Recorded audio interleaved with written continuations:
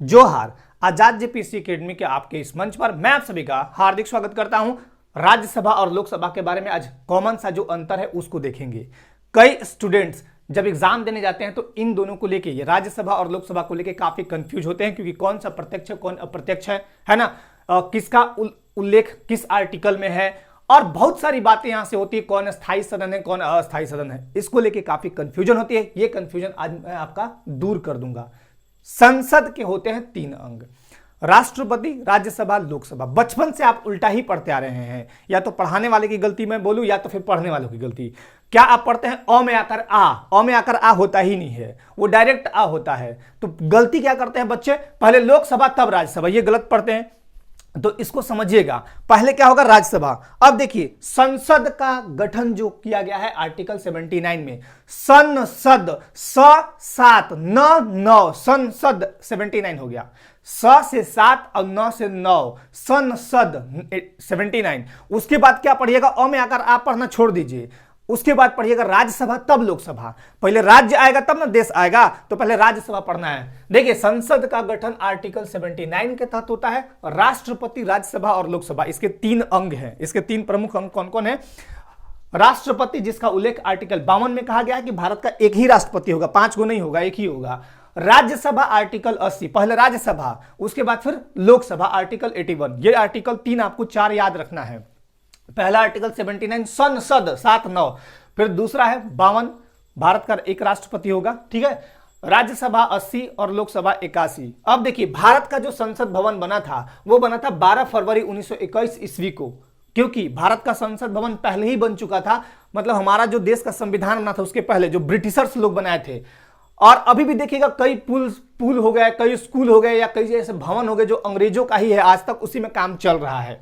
तो भारत का संसद भवन 12 फरवरी 1921 ईस्वी को ड्यूक ऑफ कनाट ने किया था, ठीक है।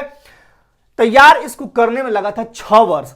इसमें खर्चा हुआ था लगभग 83 लाख रुपया। भारत का जो संविधान है उसको बनने में 2 वर्ष 11 महीना 18 दिन लगता है और लगभग 64 लाख रुपया खर्च होता है। इसमें 83 लाख खर्चा हुआ, बनने में 6 वर्ष लग गए। 21 में स्टार्ट हुआ, 6 वर्ष, तो 27 हो गया। अब देखिए इसकी डिजाइनिंग, सबसे पहले डिजाइन कौन किया था, तो वो 2 व्यक्ति थे बहुत इंपॉर्टेंट, सर एडविन लुटियंस और Herbert baker. Sir Edwin Lutyens और हर्बर्ट बेकर, ये दोनों मिलकर डिजाइनिंग किया कि ऐसा ऐसा होना चाहिए, दीवार ऐसे होना चाहिए, भवन का ये स्वरूप होना चाहिए, ये सारा चीज। उद्घाटन कब हुआ था, बन के तैयार हो गया था 6 वर्ष में, मतलब 27 में। तो 18 फरवरी 1927 को एक बहुत प्रसिद्ध व्यक्ति उद्घाटन करेगा।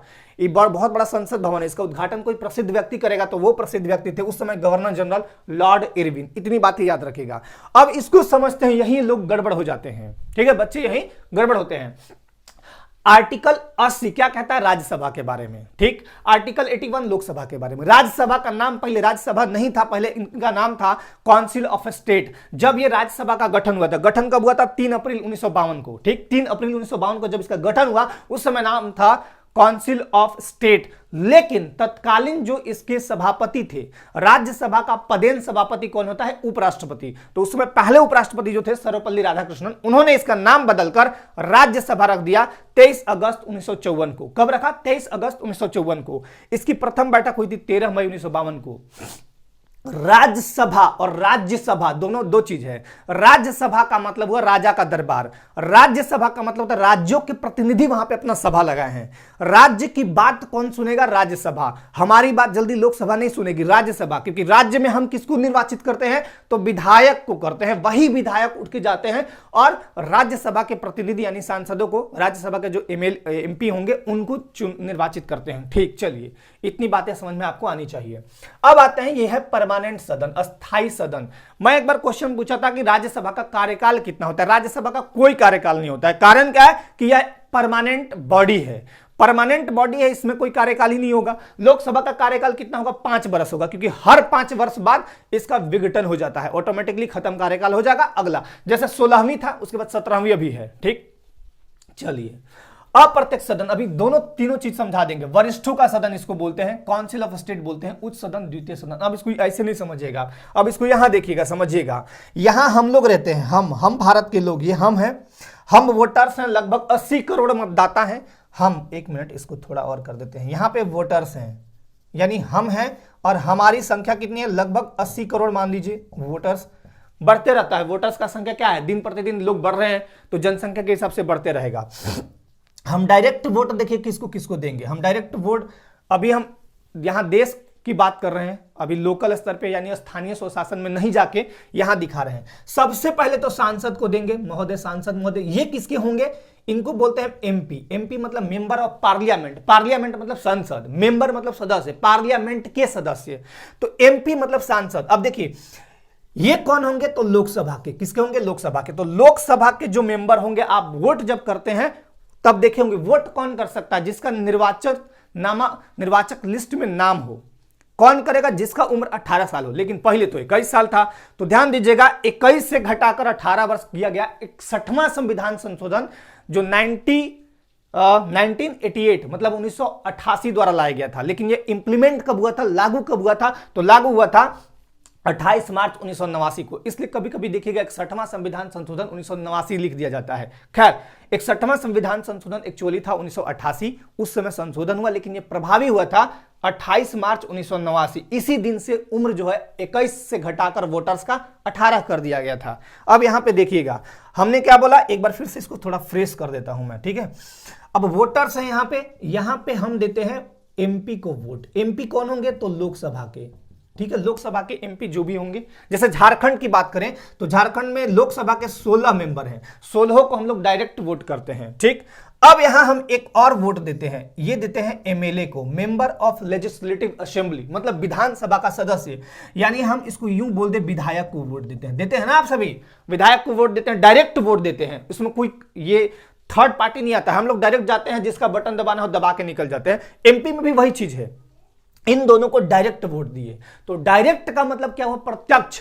अगर आपसे कोई सामने से मिलता है तो वो आपके लिए प्रिय हो जाएगा। जैसे अगर मैं ये बात करूं कि जैसे प्रेमी प्रेमिका हैं, अगर दोनों सामना सामनी मिल रहे हैं तो वो एक दूसरे को मतलब बहुत चाहेंगे। अब जैसे किसी का एक फादर, मतलब किसी का कोई एक बच्चा है, उसका फादर 10 साल से विदेश में रह रहा है, केवल फोन पे बात हो रही है, तो वो उसका प्रिय नहीं होगा। प्रिय कौन होगी, उसकी मम्मी हो जाएगी, क्योंकि वो दिन रात उसके टच में है। तो हम लोग के टच में दिन रात कौन रहेगा, एमपी। अब हम लोग डायरेक्ट क्योंकि इनको चुने हैं, इनको भी डायरेक्ट चुने हैं, तो डायरेक्ट वोट दिए। ये लोग ये जो होंगे वो लोकप्रिय होंगे। अब पहली बार इनको वोट दिए हम, पहली बार, तो ये प्रत्यक्ष हो गए। अब देखिए इन दोनों के बनने का मतलब, इनके जो सदस्य होते हैं, इनके निर्वाचित होने का उम्र जो होगा मिनिमम, वो होगा 25 वर्ष। इन दोनों का मैं बता रहा हूं, इनका भी 25 वर्ष, इनका भी 25 वर्ष, ठीक। तो ये छोटा हो गया। अब 30 वर्ष का कोई आदमी होगा तो जाहिर सी बात है कि वरिष्ठ होगा। 35 वाला और वरिष्ठ हो जाएगा, वरिष्ठ मतलब बड़ा एक तरह से। अब देखिए यही एमपी एमएलए क्या करेंगे, अब एमएलए जो होते हैं ये इसको वोट देंगे, ये देंगे राज्यसभा के मेंबर को, राज्यसभा। अब हमको एक बात बताइए, राज्यसभा के मेंबर को जब ये एमएलए वोट देगा, तो ये मान लीजिए हम इनको वोट दिए, इनको दिए, तो हम इनको अप्रत्यक्ष तरीके से वोटिंग किए। प्रत्यक्ष तरीके से कौन किया, विधायक, लेकिन हम क्या किए, अप्रत्यक्ष तरीके से। अब बताइए इतना नीचे है, इतना नीचे है, ये तो ऊपर हो गया, तो ऊपरी सदन होगा। ऊपरी मतलब उच्च सदन। अप्रत्यक्ष, देखिए हमने क्या किया, अप्रत्यक्ष तरीके से इनको वोटिंग कराया। अप्रत्यक्ष समझ में आ गया कि क्यों है, उच्च क्यों है, क्योंकि दोनों से बड़ा है। देखिए ये दोनों का लेवल देखिए, ये उच्च पे चल गया, तो ये ऊंचा वाला पे गया, तो इसका लेवल बड़ा हो गया, तो उच्च सदन होगा। वरिष्ठ, इसके सदस्य का उम्र जो होगा बनने का, वो न्यूनतम 30 वर्ष होगा, तो ये तो वरिष्ठ हो गया ना। हमारी उम्र है 18 साल, हमने चुना 25 साल के आदमी को, अब ऊपर है 30 साल, तो ऑटोमेटिकली वरिष्ठ होगा।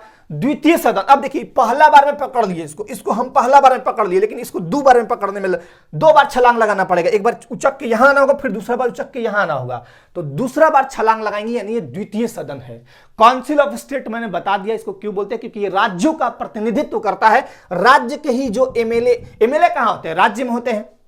झारखंड में 81 एमएलए हैं, तो ये जाके वहां चुनते हैं इनको, तो ये क्या होंगे, काउंसिल ऑफ स्टेट। अभी परमानेंट है, खत्म नहीं होगा, प्रति 2 वर्ष पर 1/3 सदस्य इसके रिटायर होते रहते हैं। ट्रेन को कभी देखिएगा, मान लीजिए यहां से वहां जाना है, तो उसका सवारी कभी कम ही नहीं होगा, मतलब खाली ही नहीं होगा, एकदम ऐसा नहीं होगा कि 0 सवारी हो गया, 10 उतरा 15 चढ़ा, 20 उतरा 10 चढ़ा, ऐसे होते रहता है, आते जाते रहता है। उसी तरह यहां भी राज्यसभा में क्या होगा, प्रति 2 वर्ष पर 1/3 सदस्य रिटायर होते रहते हैं। इतनी बातें आपको याद होनी चाहिए, ठीक। एक बार फिर दिखा देता हूं, प्रत्यक्ष क्यों है, ये लोकप्रिय है, प्रत्यक्ष है, प्रथम है, लेकिन ये होगा अप्रत्यक्ष। अलोकप्रिय बोल सकते हैं इसको, हालांकि बोलना नहीं है। वरिष्ठ क्यों है, 30 साल का है ये आदमी। उसके बाद उच्च क्यों है, देखिए 1 बार फिर 2 बार, ऊंचा है, ऐसे भी ऊंचा पे दिख रहा है। और क्या बच गया, अस्थाई तो मैंने बता ही दिया कि ट्रेन वाली बात याद रखिएगा, ट्रेन कभी सवारी से खाली होता ही नहीं है, क्योंकि 10 चढ़ा तो 5 उतरा, 20 चढ़ा 15 उतरा, फिर 50 चढ़ा 10 उतरा, ऐसे होते रहता है हर स्टेशन पे। ठीक, तो प्रति 2 वर्ष पर 1/3 सदस्य रिटायर होते रहते हैं। इनको समझिए अस्थाई, 5 साल बाद कभी खत्म, 5 साल बाद तो खत्म हो ही जाएगा, लेकिन उस बीच अगर लोकसभा का विघटन हो गया तब भी खत्म। लोकसभा को चाहे तो राष्ट्रपति मतलब डिसॉल्व कर सकता है पीएम के कहने पे। ठीक, तो ये अस्थाई है, अस्थाई नहीं है, परमानेंट है ही नहीं। परमानेंट तो ये है, क्योंकि इसमें ट्रेन वाली बात याद रखें, प्रत्यक्ष और लोकप्रिय। देखिए हम इसको डायरेक्ट वोट दिए तो प्रत्यक्ष है, अब हम इसके टच में हैं तो लोकप्रिय है। कभी राज्यसभा के मेंबर को आप जानते भी हैं क्या? बहुत आप पढ़ते लिखते हो तो अब तो जानते होंगे, लेकिन राज्य का हर नागरिक, राज्य का जो हर वोटर्स है वो राज्यसभा के मेंबर को नहीं जान पाता है, नहीं, नाम भी याद नहीं होगा। लेकिन लोकसभा के मेंबर को आपको नाम इसलिए कंठस्थ हो जाता है कि हमने उसी को वोट दिया, इसलिए आपको लोकसभा के मेंबर का नाम याद रखता है। तो इसलिए लोकप्रिय सदन हमारा हो गया।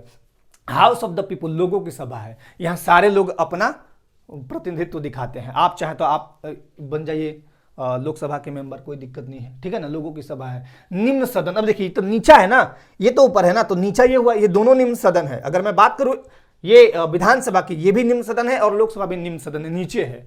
और प्रथम सदन, देखिए पहली बार में यहां पहुंच गए, पहली बार में ये भी प्रथम सदन, ये भी प्रथम सदन, तो ये है द्वितीय सदन। इतनी बात आपको याद रखिएगा, ये बहुत बार क्वेश्चन पूछे गए हैं कि हम इनमें से प्रथम सदन किसको बोलते हैं, द्वितीय सदन किसको बोलते हैं, उच्च सदन किसको बोलते हैं, अब एक निम्न सदन किसको बोलते हैं। निम्न मतलब नीचे, नीचे ही है, राज्यसभा ऊपर है तो ये नीचे है। ठीक, इतनी बातें आपको समझ में आनी चाहिए। चलिए आगे बढ़ते हैं हम लोग। अब आते हैं सदस्य इसमें कितना हो सकता है। तो देखिए अधिकतम सदस्य जो होगा 250 होगा। अधिकतम सदस्य, ये भी कई बार क्वेश्चन पूछे गए, अधिकतम सदस्य राज्यसभा में 250, लोकसभा में अधिकतम सदस्य 552। 552 कैसे होगा, 550 तो राज्य और यूटी से आएंगे और 2 एंग्लो इंडियन को राष्ट्रपति मनोनीत करेगा। लेकिन अब एंग्लो इंडियन का क्या है कहानी, 104वां संविधान संशोधन जो हुआ उसके तहत एंग्लो इंडियन को एकदम हटा ही दिया गया। तो एंग्लो इंडियन का बात ही नहीं करना, हालांकि पढ़ना है क्योंकि ये हिस्ट्री में रहेगा, तो हिस्ट्री वाली चीज तो हम पढ़ते ही हैं, है ना। अब देखिए वर्तमान में कितना है, तो 245, इसमें वर्तमान में 543 है, दिखा देते हैं कैसे है। अब इसमें देखिए 250 में राज्य और यूटी के प्रतिनिधि विधानसभा सदस्यों द्वारा ये चुने जाएंगे। राज्य, जो भी राज्य हैं वहां के जो भी विधानसभा के सदस्य हैं, और यूनियन टेरिटरी में क्या है आपका 2 ही जगह है ना, दिल्ली और पुदुचेरी। अगर मैं अभी के यूनियन टेरिटरी बात करूं, जम्मू कश्मीर तो चलिए 1-3 हो गया, जम्मू कश्मीर का हटा ही दीजिए, अभी के इलेक्शन से मतलब नहीं है। तो बाकी जगह जो बचा वहां तो विधानसभा है नहीं, तो वहां विशेष रूप से उनको दिया जाता है, विशेष रूप से उनको भी शामिल किया जाता है इसमें इलेक्शंस में, उसका एक अलग ही फंडा है। खैर 238 मेंबर यहां से आएंगे। ठीक, कहां से, राज्य और यूटी से।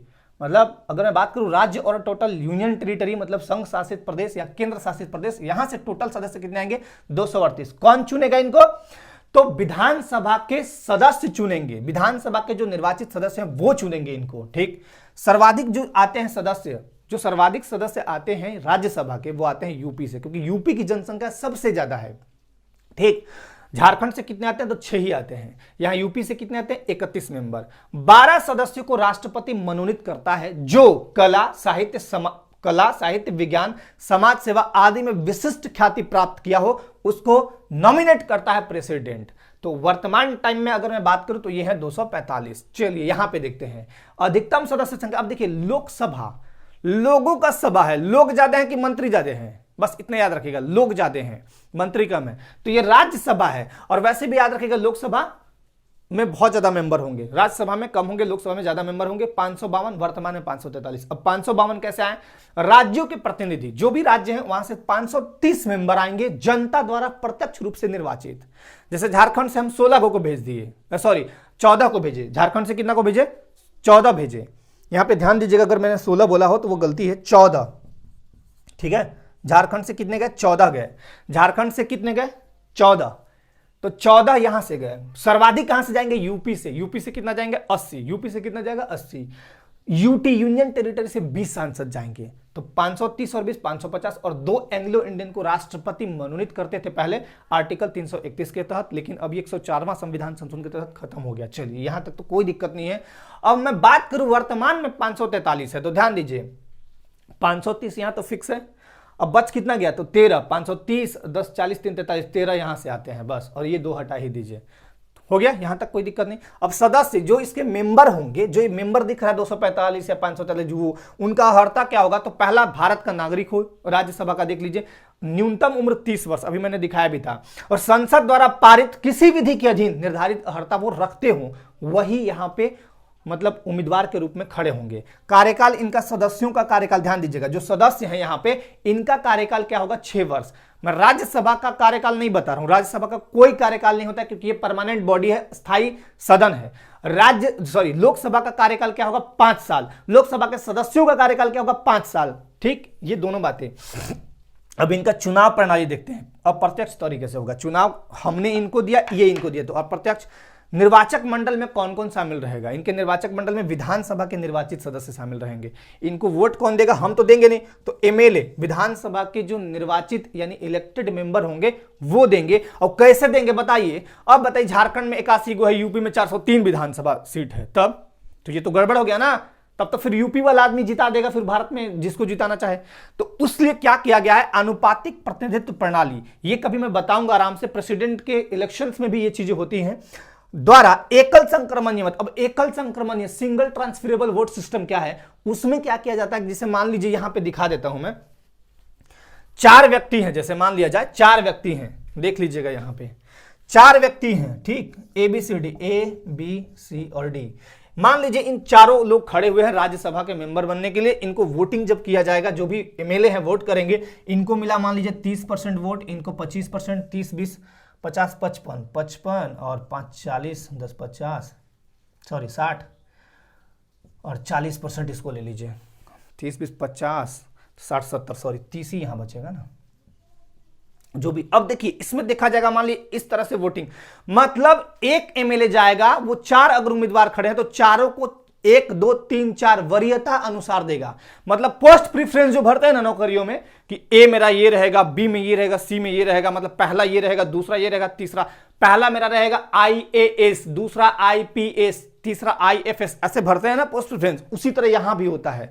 तो एक एमएलए जाएगा, मतलब विधायक, और अगर 4 उम्मीदवार खड़े हैं तो 4 वोट करेगा, 1 2 3 4 वरीयता अनुसार कर देगा, चॉइस अनुसार करेगा। और इसमें देखिए सबसे कम वोट किसको पड़ा? तो सी को, तो सी को उड़ा दीजिए। अब 3 बचे, इसका 15% का वोटिंग इसमें मान लिया जाए, इसमें 7% मिला, इसमें 6 7 6 13 2% यहां मिल गया।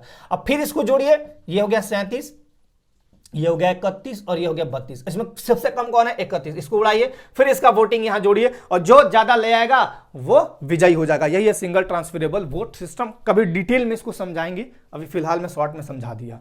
चलिए, तो इसके अनुसार होता है इनका चुनाव प्रणाली। अब मैंने क्या बोला कि देखिए विधायक हर क्षेत्र में अलग अलग हैं। सीट जो है सबसे ज्यादा यूपी में है, फिर महाराष्ट्र वगैरह वगैरह, तो उस हिसाब से देखिएगा। तो जो कम वाला है, जैसे देखिएगा मणिपुर नागालैंड, उधर बहुत कम है, तो उधर कैसे कीजिएगा? फिर दिक्कत हो जाएगा। इसलिए उनका आनुपातिक प्रतिनिधित्व प्रणाली लगाया जाता है, जिसके तहत वोट जो होता है, वोट का वैल्यू वो लगभग बराबर सबका हो जाता है। अब आते हैं यहां पे, इनका चुनाव हो गया। अब इनकी आते हैं सदस्यों की अर्हता क्या होगी? भारत का नागरिक हो, न्यूनतम उम्र 25 साल हो, और वही संसद द्वारा पारित किसी विधि के अधीन निर्धारित अर्हता ये भी रखते हो। कार्यकाल इनके सदस्यों का भी 5 साल होगा, और लोकसभा का भी कार्यकाल 5 साल होगा। प्रत्यक्ष चुनाव जनता द्वारा किया जाता है। अब मैंने बताया जनता चुनती है, जनता डायरेक्ट जाएगी, वोट करेगी, इसमें कोई झंझट नहीं है, कोई दिक्कत नहीं है, क्योंकि जनता का वोट सबका बराबर है, जिसको जितना मिला हो गया, इसमें कोई दिक्कत वाली बात नहीं है। अब आते हैं ऑफिसर्स। इसको चलाने के लिए, यानी राज्यसभा है वो जो है हमारा दोनों दिल्ली में है, इसको चलाने के लिए भाई ऑफिसर लोग चाहिए ना, पदाधिकारी। तो इसमें ऑफिसर्स 3 मुख्य रूप से याद रखिएगा। सभापति, अब यहां पे भी देखिए ऑफिसर्स यहां पे 4। अब देखिए इस जगह पे तो बहुत अच्छे से याद कीजिएगा, क्योंकि जीवी मावलंकर, गणेश वासुदेव मावलंकर ऐसे व्यक्ति हैं जो एग्जाम में कई बार आ चुके हैं। अब यहां पे आते हैं सभापति। पहले सभापति कौन थे? तो देखिए राज्यसभा का पदेन, मतलब राज्यसभा का पद से ही सभापति कौन होता है? उपराष्ट्रपति। मान लिया जाए कल के डेट में एक सुमित व्यक्ति नाम है, किसी व्यक्ति का नाम सुमित है, सुमित जैसे ही उपराष्ट्रपति बनेगा वो ऑटोमेटिकली यहां के चेयरमैन बन जाएंगे, सभापति बन जाएंगे। क्लियर? तो याद रखिएगा। इसको यूं समझ लीजिएगा, एक और एग्जांपल से, कोई लड़का है, जैसे ही मान लीजिए कोई लड़का, जैसे सुमित कोई लड़का है, उसका मान लीजिए नेहा से शादी हुआ, तो जैसे ही शादी होगा ऑटोमेटिकली क्या बन जाएगा? पति बन जाएगा, यानी दूल्हा बन जाएगा, ऑटोमेटिकली पति बन गया, मतलब उसके दो मम्मी पापा वगैरह वगैरह हो गए। तो उसी तरह जैसे ही कोई व्यक्ति उपराष्ट्रपति बनता है वैसे ऑटोमेटिकली राज्यसभा का सभापति बनता है, उसमें कोई कुछ नहीं करना है। और एक चीज और याद रखिएगा, राज्यसभा का जो सभापति होता है वो इसका मेंबर नहीं होता है, मतलब ये जो 245 व्यक्ति हैं, इसमें 245 व्यक्ति में अपना खुद का मेंबर नहीं, वो तो अलग व्यक्ति है, इसका मेंबर तो है नहीं, तो वो बाहरी व्यक्ति समझ लीजिए उसको, ठीक। और अगर उपराष्ट्रपति का मतलब वेतन बोले हम, उपराष्ट्रपति का जो वेतन मिलता है वो इसी काम के लिए मुख्यतः मिलता है। उपराष्ट्रपति का काम थोड़ा है कि प्रेसिडेंट इस्तीफा देगा या फिर प्रेसिडेंट का डेथ हो जाएगा या प्रेसिडेंट बीमार हो गया, कुछ ऐसी बात हुई तो हम उसके पद को 6 महीने के लिए संभालेंगे, ऐसी थोड़ी बात है। उसके लिए थोड़े पेमेंट मिलता है, पेमेंट मिलता है इसी काम के लिए, राज्यसभा को चलाने के लिए, ठीक। तो पहले सभापति कौन थे? तो देखिए सीधी सी बात की जो उपराष्ट्रपति होगा वही बनेगा। तो डॉक्टर एस राधाकृष्णन, सर्वपल्ली राधाकृष्णन पहले थे। वर्तमान में कौन है? तो एम वेंकैया नायडू, मप्पावरापु वेंकैया नायडू वर्तमान में है। उपसभापति भी होगा। उपसभापति का काम क्या होगा? उपसभापति को बनाता कौन है? उपसभापति है यही इसी सदस्य में से बनेंगे। इन्हीं सदस्य में से जो सदस्य है, मान लीजिए 245 सदस्य हैं जो भी हैं, उन्हीं में से एक को उठा दिया, इलेक्शन हुआ अंदर अंदर और एक बन गए। तो ये कौन है उपसभापति? पहले कौन थे? वी कृष्णमूर्ति राव, ये प्रथम थे। वी कृष्णमूर्ति राव ये प्रथम थे। वर्तमान में कौन है उपसभापति? तो हरिवंश नारायण सिंह है। एक और इंपॉर्टेंट पद होता है राज्यसभा का महासचिव। वर्तमान में कौन है? देश दीपक वर्मा। इनकी नियुक्ति जो होती है, मतलब इनको चुनने में महत्वपूर्ण भूमिका सभापति का होता है। अब ये एक तरह से कार्यपालिका संबंधी काम, यहां पे बहुत इंपॉर्टेंट रोल होता है महासचिव का, ठीक। चलिए बाकी नीचे तो हो चुका था, अब देखते हैं ऑफिसर्स। यहाँ पे अध्यक्ष, अब आते हैं लोकसभा का प्रथम अध्यक्ष। तो जीवी मावलंकर, गणेश वासुदेव मावलंकर, गणेश वासुदेव मावलंकर, जीवी मावलंकर प्रथम अध्यक्ष। प्रथम अध्यक्ष जीवी मावलंकर, याद रख लीजिएगा। वर्तमान में कौन है? ओम बिड़ला। 17वीं लोकसभा चल रही है अभी, वर्तमान में ओम बिड़ला। उपाध्यक्ष कौन है? अनंत सैनम अयंगर। कौन है? अनंत सैनम अयंगर। प्रथम उपाध्यक्ष कौन थे? अनंत सैनम अयंगर। वर्तमान में कौन है? रिक्त पद है, कोई नहीं है। इसके पहले जो 16वीं लोकसभा थी उसके थे एस थंबीदुरई, लेकिन अभी कोई नहीं है। महासचिव कौन है? स्नेहलता श्रीवास्तव। महासचिव को अध्यक्ष ही मतलब एक तरह से नियुक्त करता है, मतलब अध्यक्ष को लाने, अध्यक्ष जो है इनको लाता है, महासचिव को। महासचिव का काम बहुत इंपॉर्टेंट होता है लोकसभा को चलाने में, ठीक। प्रोटेम स्पीकर, अब इसको बोलते हैं वरिष्ठ अध्यक्ष। इनका काम क्या होता है? इनकी नियुक्ति करता है प्रेसिडेंट कुछ टाइम के लिए। इनका काम एक ही होता है, लोकसभा का गठन हुआ, 543 मेंबर जैसे ही आए सबको कसम खिलाना है कि कसम खाओ जी, चलो शपथ दिलवाना, इनका प्रोटेम स्पीकर का काम होता है, ठीक। दूसरा काम होता है अध्यक्ष उपाध्यक्ष का तो चयन ही नहीं हुआ है, 543 में के अध्यक्ष क्यों उपाध्यक्ष बनेगा? तो ये इनको इनके चुनाव में, मतलब इनके इलेक्शंस में, जो अंदर इलेक्शंस होते हैं, बाहर में नहीं, मतलब वहां पे दिल्ली में अंदर में इलेक्शन होते हैं, उनके इलेक्शन में ये महत्वपूर्ण भूमिका निभाते हैं। अध्यक्ष और उपाध्यक्ष को चुनवा दिए, उसके बाद इनका काम ऑटोमेटिकली खत्म हो जाता है। इतना ही काम है प्रोटेम स्पीकर मतलब वरिष्ठ अध्यक्ष का। चलिए, अध्यक्ष का शपथ नहीं होता है, उपाध्यक्ष का शपथ नहीं होता है। अब यहां पे देख लीजिए, सभापति किसको त्यागपत्र देगा? तो ये उपराष्ट्रपति है, तो त्यागपत्र किसको देगा? राष्ट्रपति को देगा, याद रखिएगा। लेकिन अध्यक्ष त्यागपत्र किसको देगा? उपाध्यक्ष को। उपाध्यक्ष देगा अध्यक्ष को। अब समझिए, अध्यक्ष का शपथ नहीं होता है, कई बार एग्जाम्स में ये भी पूछा गया है। लोकसभा अध्यक्ष का शपथ नहीं होता है, लोकसभा उपाध्यक्ष का शपथ नहीं होता है, लेकिन ये उपाध्यक्ष और अध्यक्ष बनने के पहले सदस्य होते हैं लोकसभा के, तो उस सदस्य का शपथ ये प्रोटेम स्पीकर करवा देते हैं। तो उसी समय एक शपथ लेते हैं, बाद में इस पद के लिए शपथ नहीं होता है इन दोनों का, और बदला बदली अपना कर लेंगे। और अध्यक्ष अगर मान लीजिए इस्तीफा दे दिया या कोई बात हो गया या डेथ कर गया, तब ये उपाध्यक्ष इनका काम करेंगे, ठीक। उपाध्यक्ष इनका काम करेंगे। उसी तरह सभापति अगर इस्तीफा दे दिया, मान लीजिए प्रेसिडेंट वाइस प्रेसिडेंट जो उपराष्ट्रपति वो इस्तीफा दे दिए प्रेसिडेंट को, तब उपसभापति इनके जगह पे काम करने लगेगा। महासचिव हो गया, प्रोटेम स्पीकर हो गया। गठन 17 अप्रैल 1952 को। ध्यान दीजिए, पहले कौन आया? राज्यसभा। राज्यसभा का गठन कब हुआ? 3 अप्रैल। 14 दिन बाद 14वीं का चांद निकला, 14 दिन बाद, तो 14 दिन बाद लोकसभा दिखेगा, ठीक। 17 अप्रैल 1952 को। प्रथम बैठक दोनों का एक ही डेट में हुआ था, 13 मई 1952 को, ठीक। तो लोकसभा राज्यसभा से संबंधित ये महत्वपूर्ण बातें आपको याद रखनी चाहिए। एग्जाम पर्पस से बहुत ही इंपॉर्टेंट है ये टॉपिक, चाहे वो किसी भी एग्जाम की तैयारी कर रहे हो, पीएससी हो, यूपीएससी हो, नीचे के लेवल के एग्जाम हो, जेपीएससी हो, बीपीएससी हो, यूपीपीएससी हो, कोई भी हो, है ना। नीचे के एग्जाम की बात करें तो झारखंड सीजीएल हो या फिर झारखंड के कोई भी एग्जाम हो या फिर स्टेट के कोई भी एग्जाम, किसी भी स्टेट का कोई भी एग्जाम हो, रेलवे हो, एसएससी हो, सेंट्रल एसएससी, सारे एग्जाम्स में यहां से प्रश्न पूछे जाते हैं आमतौर पे। और मैंने इस वीडियो में मेन बात बताया, जो कंफ्यूजन वाला चीज था उसको दूर किया। ऐसे देखिएगा तो इसका बहुत बड़ा स्कोप है। लोकसभा राज्यसभा अलग टॉपिक ही है, इसका पूरा कार्यकाल, ये पूरा कार्य क्षेत्राधिकार, इसमें बहुत सारी बातें और हैं। तो शॉर्टली ब्रीफली मैंने ये कंफ्यूजन को दूर करने का कोशिश किया, प्रयास किया। आप भी प्रयास कीजिए, वीडियो को 1-2 बार देखिए, आपको दिमाग में ये चीजें आ जाएंगी। तो चलिए आज के लिए बहुत बहुत धन्यवाद। जय हिंद।